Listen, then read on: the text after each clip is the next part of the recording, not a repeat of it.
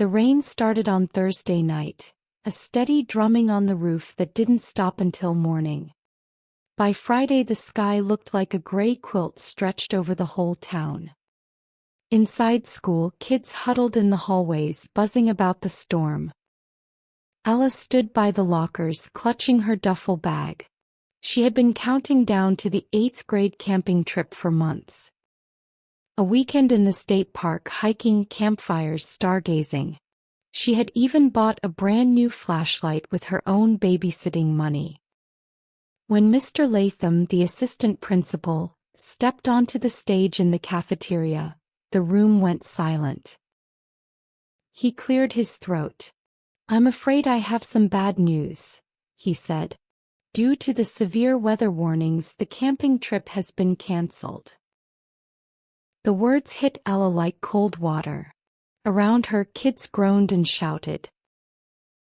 One boy slammed his water bottle on the table. A girl dropped her marshmallow skewers back into her bag. Ella felt her face burn.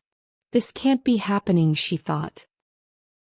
She had dreamed about sleeping under the stars with her best friend Kayla, taking photos of the sunrise over the lake, even telling ghost stories.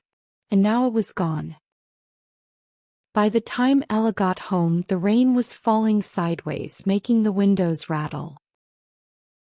Her mom met her at the door with a sympathetic smile. "I heard about the trip," she said. "I'm sorry, honey. It's so unfair." Ella threw her duffel bag onto the couch. "It's like the universe doesn't want me to have any fun."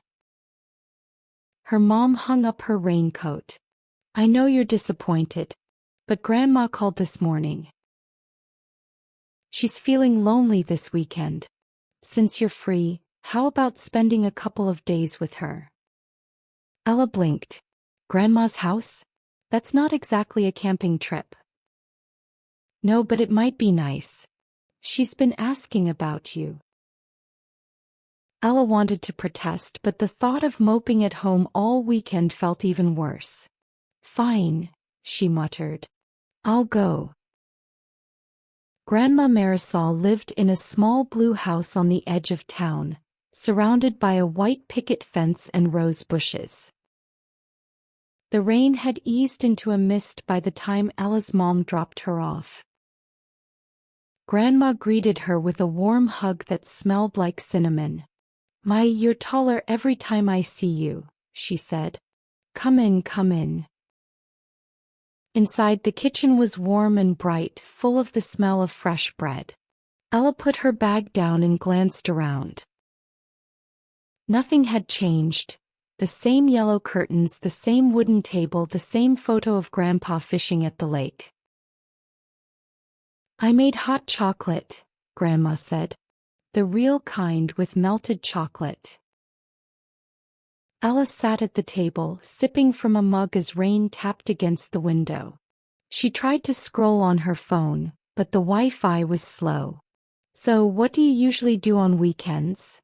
she asked. "Oh, a bit of this and that," Grandma said. "I bake, I garden, I read. And sometimes I remember stories about when I was your age." Ella raised an eyebrow. "You had storms cancel your camping trips too?" Grandma chuckled. "Not exactly. But once, a snowstorm trapped my whole family in the house for 3 days. We told stories by candlelight to keep from getting bored." Ella leaned her chin on her hand. "What kind of stories?" Grandma's eyes twinkled. "Would you like to hear one?" And so, as the rain came down, Grandma told Ella about growing up in a small coastal town, about sneaking out to watch meteor showers, about building secret forts with her brothers. Ella found herself laughing at the funny parts and gasping at the exciting ones. She hadn't realized her grandmother's childhood was so full of adventures. On Saturday morning, the rain finally slowed. Sunlight peeked through the clouds, making the wet leaves sparkle. Ella woke up to the smell of something sweet.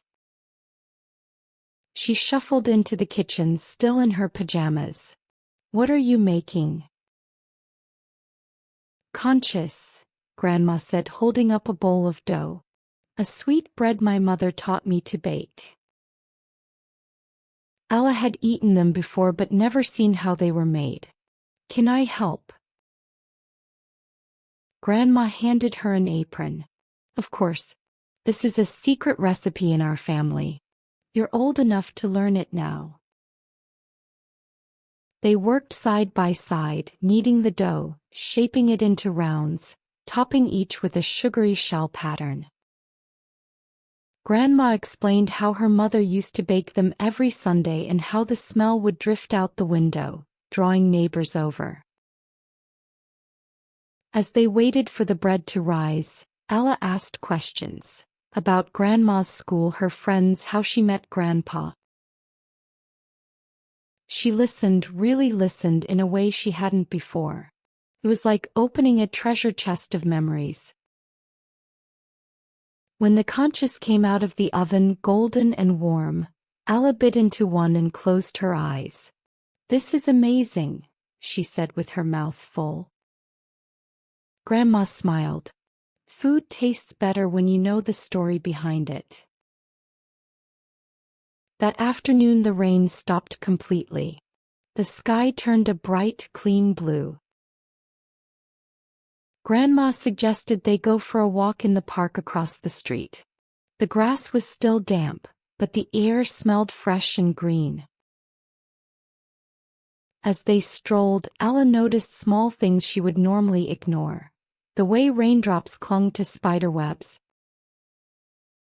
The sound of birds shaking water off their wings. The glint of sunlight on puddles. She took a picture with her phone but then put it away, wanting to just look. "You seem happier," Grandma said. "I guess I am," Ella admitted. "I thought this weekend was ruined. But it's actually been really nice." Grandma squeezed her hand. "Sometimes the best memories aren't the ones you plan." When Ella's mom came to pick her up on Sunday evening, Ella packed a small bag of conchas for the ride home. "How was your weekend?" her mom asked. Ella looked out the window at the fading sunset. "Different," she said, "but special." She opened her camera roll and scrolled past the camping trip packing list she'd saved. In its place were photos of Grandma laughing, of dough rising, of puddles in the park. She realized she didn't feel upset of the canceled trip anymore. The weekend had given her something she didn't even know she wanted. Time with Grandma, family stories, a secret recipe.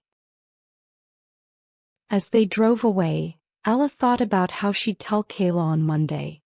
Not about the trip they'd missed, but about the weekend she'd gained. Sometimes life's disappointments are just doorways to unexpected gifts. Ella went from anger and frustration to gratitude, not because the storm vanished, but because she opened herself to a different kind of experience. The end.